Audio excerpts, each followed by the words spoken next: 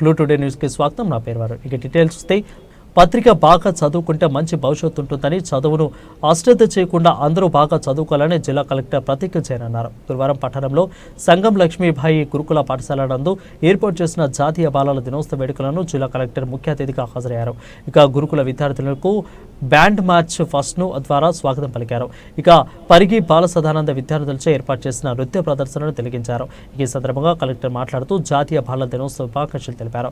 ఇక ఈరోజు చాచా నెహ్రూ పుట్టినరోజు కాబట్టి బాలల దినోత్సవం జరుపుకోవడం సంతోషంగా ఉందని అన్నారు. జాతీయ బాలల దినోత్సవం సందర్భంగా చిత్రలేఖన పోటీలను నిర్వహించారు. చిత్రలేఖన పోటీలో ఉత్తమ ప్రతిభ కనబరిచిన వారికి బహుమతులు ప్రదానం చేయడం జరుగుతుందని అన్నారు.